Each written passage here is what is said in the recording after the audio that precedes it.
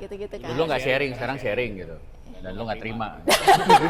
Saya nggak bilang saya nggak terima. Ya memang akan ada perdebatan yang bilang, kurang seru. Betul sih kalau sendirian lebih seru. Cuman kan ya itu. Yang kelihatan is the tip of the iceberg, cuman 20% atau sekian persen.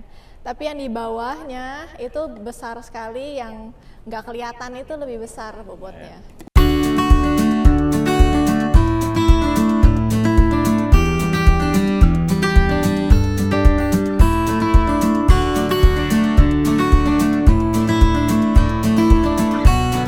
Obrolan 3 jaman. 70 60. 60 ya ampun. Gua 70. Oke guys, balik. Nggak berubah. Balik lagi Ya. bersama kita bertiga Langsung. tentunya.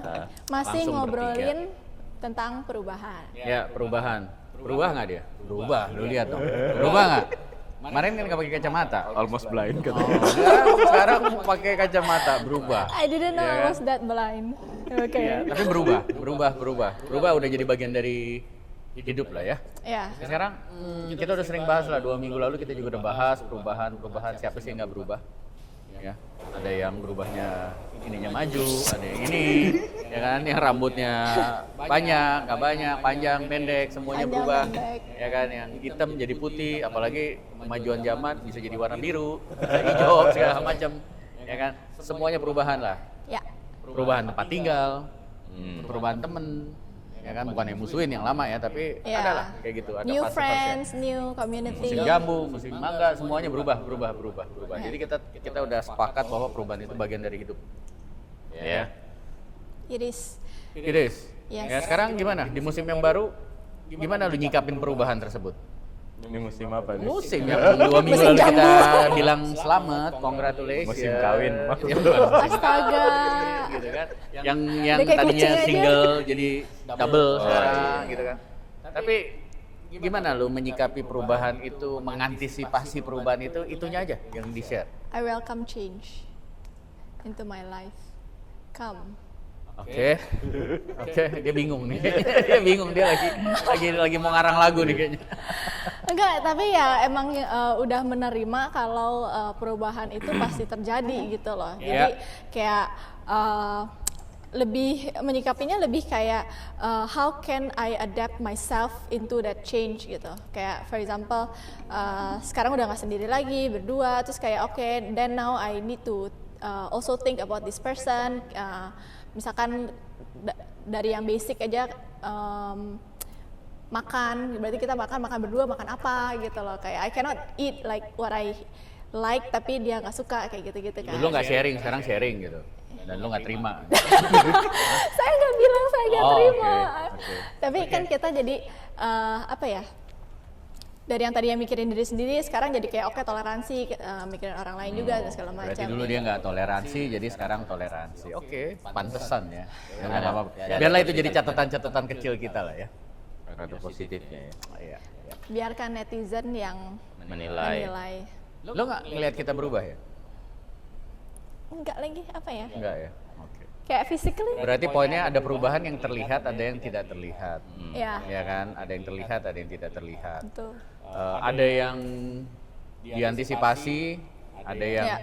kadang-kala kita nggak bisa Iya. antisipasi secara penuh.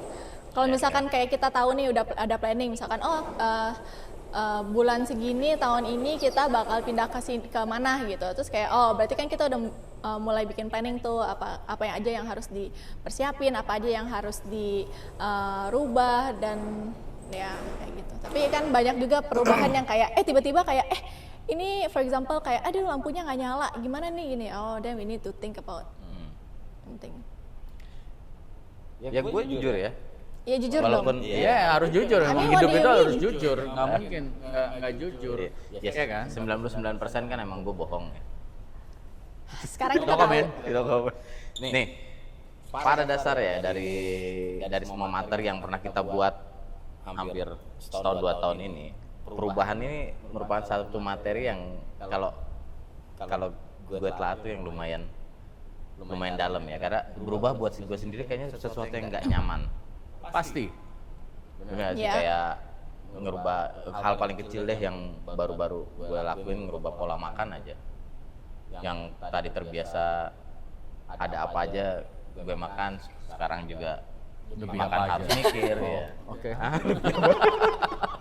Kirain lebih apa aja? Iya. Tapi gue ngerasa perubahan yang gue dapet ini karena dipaksa. Oh, Karena oke. gue mengetahui, oh ternyata ada hal yang nggak bagus di dalam badan gue kalau gue terusin kebiasaan itu. Oke, dampaknya. Dampak maksudnya. ya. Kalau Jadi soal- paksaan ini nggak suka dong. Do you enjoy doing it? Iya, akhirnya jadi keterpaksaan. Kalau gue nggak mau jadi Pertanyaannya bahasa Inggris dia nggak ngerti kan? Jadi dia enjoy itu maksudnya apakah Anda menikmati perubahan? ya saat ini gue mencoba untuk menikmati. Lu diketawain lu. Masih Nggak masih sopan lu, proses ya. ketawain. Gue Proses masih untuk menikmati. proses menelaah perubahan dan menikmati perubahan tadi. Oke. Tapi di lain sisi memang ada perubahan-perubahan yang nggak dipaksain ya. Aneh ngeliat tuh pakai kacamata. Gue ngeliat dia aja. Ya, perubahan yang nggak dipaksain ya salah satunya apa yang kayak kita kerjain sekarang ya tentang bakat TV 3 tahun ini. Contoh ngobrol di OTZ, terus proses training orang yang di luar ekosistem kita, kayak orang yang gua nggak kenal sama sekali. Nah itu satu perubahan yang nggak dipaksa dan cara dan menikmatinya tuh lebih mudah dibanding kalau yang gue temuin perubahan yang pertama gue tadi, yang gue datang ke rumah sakit ternyata gue harus merubah pola makan gue. Nah itu kan sebenarnya terpaksa. Tadinya semua hal bisa gue makan, ternyata sekarang enggak. Jadi sekarang masih bisa makan sate kambing nggak Pak? Makan teman gue masih bisa. Udah, kan udah banyak ya. Kayak itu udah OD deh kalau yang gitu.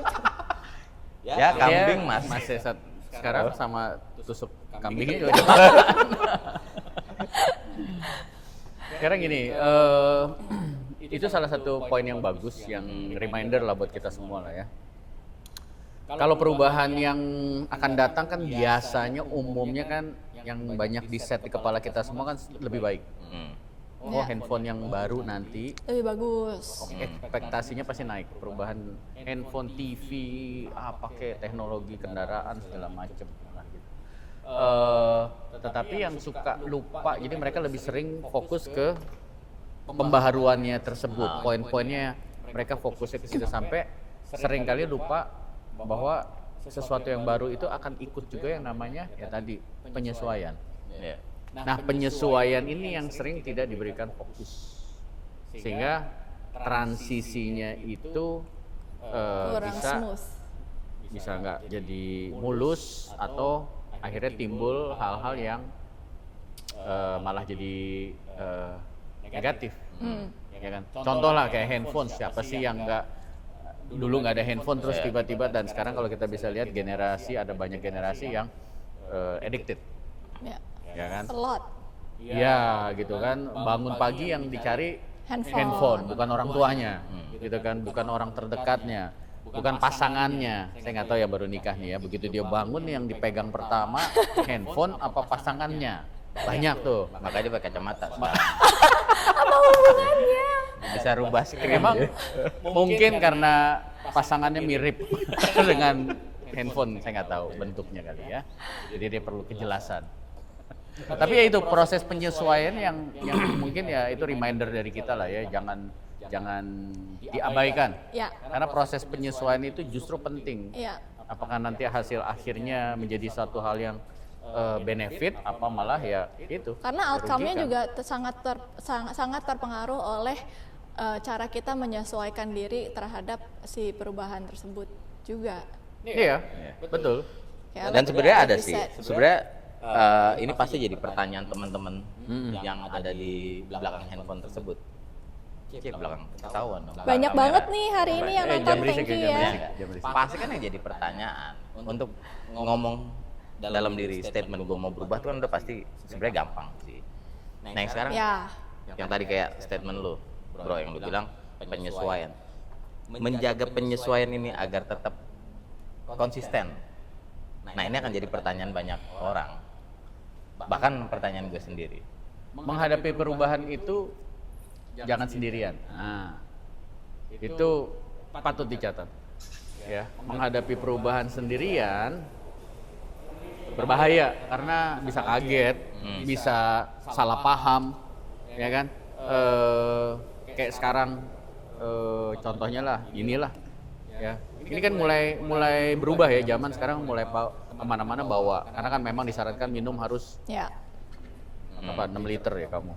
Astaga, 6 liter udah kayak onta kali. 2 liter, ya kan 2 liter segala macem. Tapi akhirnya kemana-mana tanpa sadar dia masuk ke dunia F&B dengan PD-nya bawa sendiri, dilarang marah segala macem. Tapi dia harusnya kan ngobrol, ya kan, komunikasi. Tapi intinya sekali lagi ya jangan dihadapi sendirian, ya.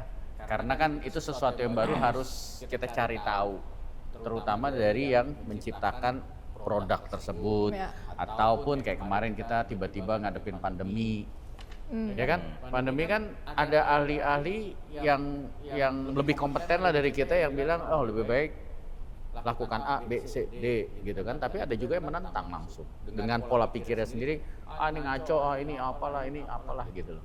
Jadi memang menurut gua harus dihadapinya tidak sendirian. Ya.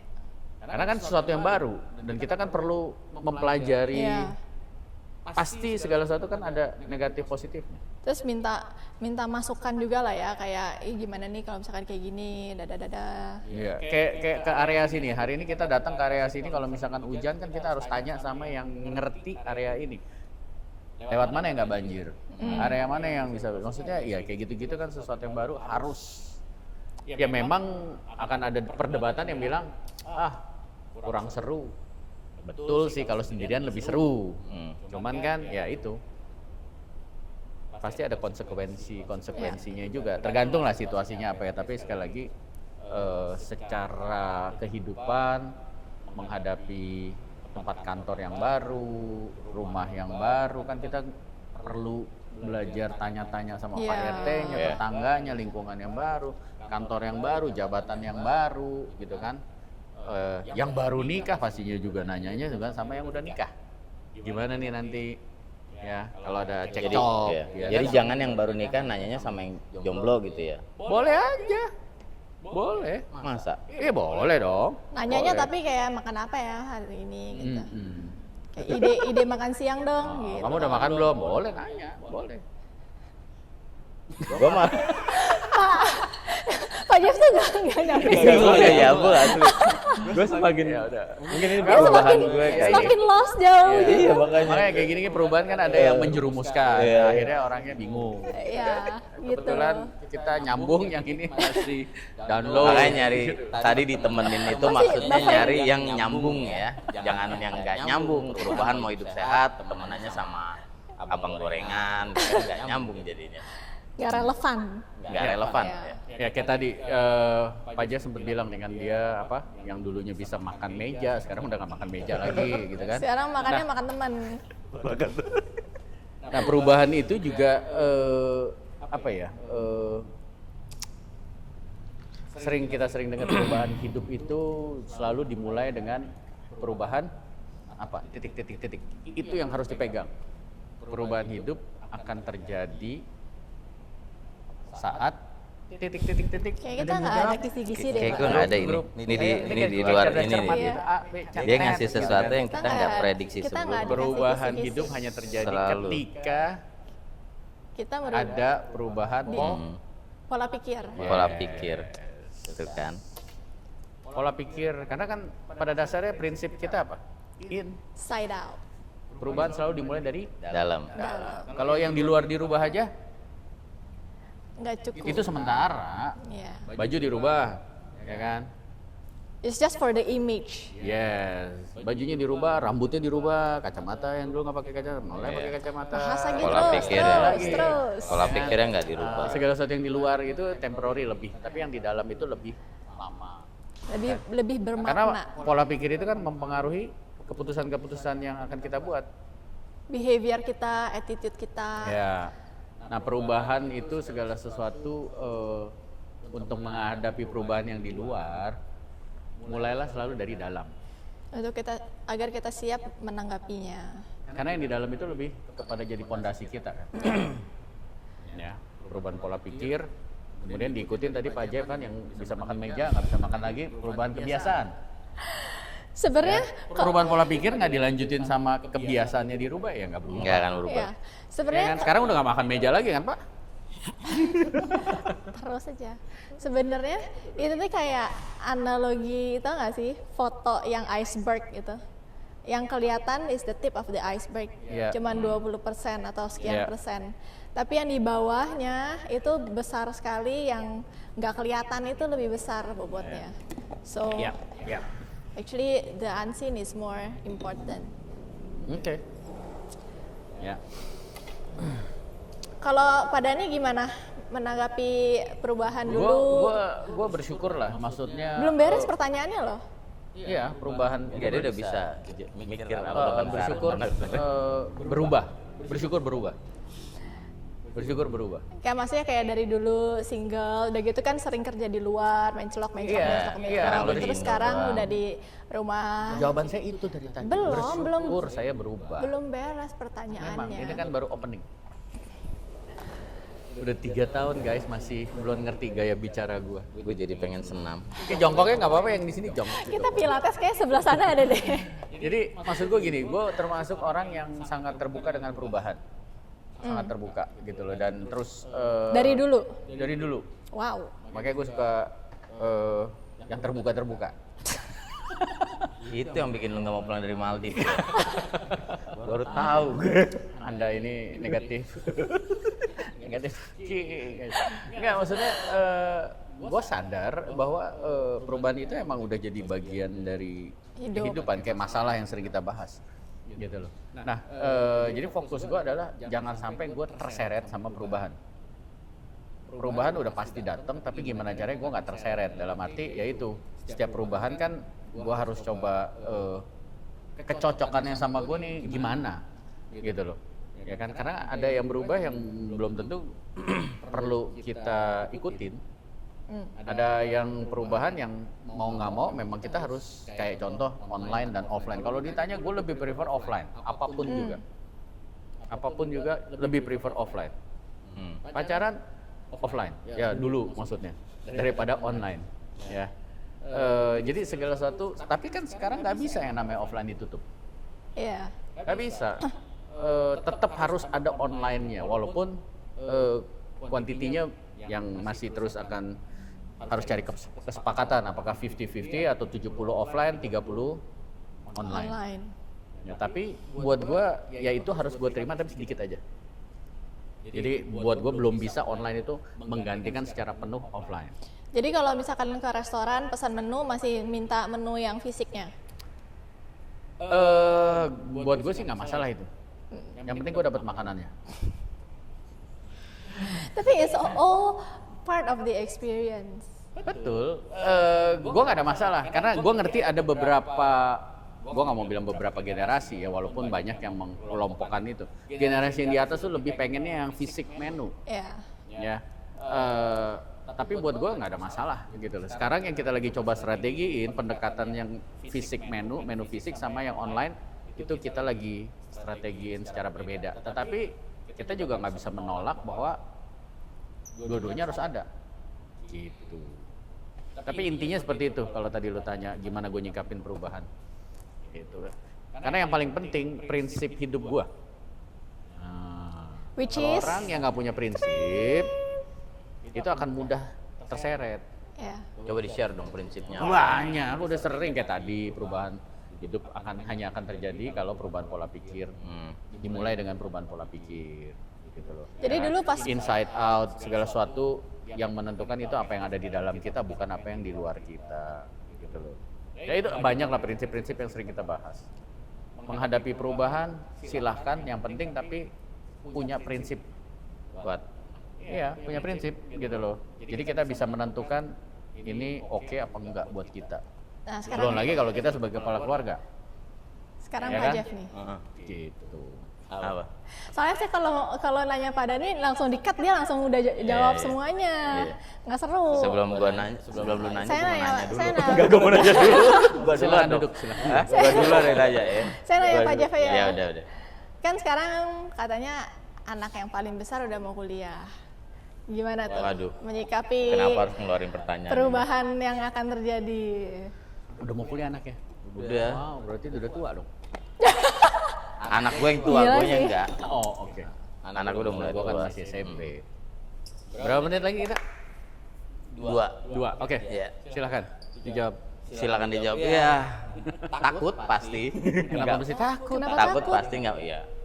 Gak ngeliat. Gue kan tahu masa lalu lagi kuliah gitu. Gue sekarang berpikir antara masa lalu lu kuliah sama anak gue akan seperti lu atau enggak gitu. Tapi kalau saya ngomong panjang lagi. Udah jangan. Tinggal 2 menit. Tinggal 2 menit. Ya ketakutan itu pasti ada, tapi memang akhirnya ada pola pendidikan yang harus dirubah. Yang tadinya apa-apa kayak semacam pendekatan parentingnya kayak regulation, ini nggak boleh, ini boleh, itu nggak boleh, ini boleh, dan akhirnya di fase ini udah lebih ke share kali ya. It's not benar-benar kayak friends relationship, tapi kayak pendapat dia sebagai orang anak yang udah 18-19 tahun, ya kali ini gue harus dengerin, dan ini satu perubahan nurunin ego yang lumayan tinggi secara ego segini gitu loh. Jadi sekarang harus lebih mendengarkan anak yang gue gedein. Nanti lu tulisin di sini. Gue gini aja. Gitu. Ego gitu ya. Enggak, bukan. Nanti. Ya kita gini aja Pak, biar lebih panjang gitu. Terus?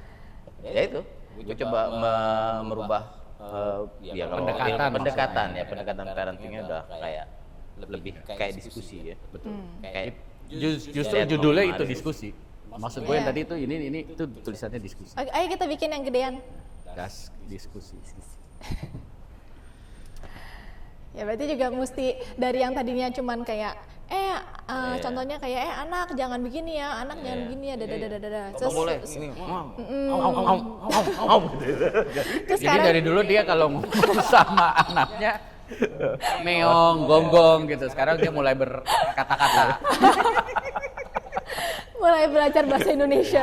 Mulai belajar Tadi, bahasa. kalau kayak lu belum selesai kan dia langsung jawab. Kalau gue anak gue belum minta gue gitu.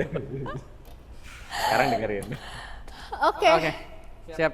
Sip. Ya, kita Sedikit. ambil sedikit kesimpulan ya. Ya. Dari gue sendiri ya, perubahan itu merupakan sebuah perlawanan. Jadi ada satu insight yang yang akhirnya jadi pegangan gue. Kita harus selalu dengar dan belajar dari orang lain juga, entah dari buku atau dari literatur apapun.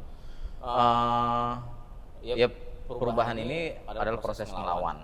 Ya, proses melawan diri sendiri. sendiri. Yang dulu kalau kita muda kayaknya us against everyone, ya sekarang akan ada satu fase di mana kita hanya melawan diri kita. Di situ perlawanan yang menurut gue sih salah satu perlawanan terberat tentang perubahan.